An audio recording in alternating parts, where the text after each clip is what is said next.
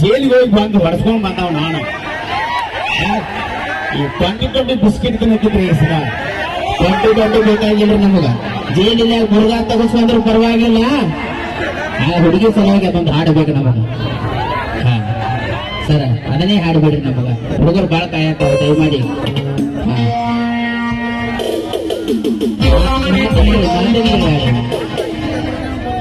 ನಿಮಗೆ ಯಾವ್ದು ಇಷ್ಟ ಅದನ್ನ ಹಾಡ್ಬಿಡ್ರಿ, ದಯಮಾಡಿ. ತಪ್ಪು ಹೇಳ್ರಿ, ಯಾಕೈತದ ಮಾತಿನ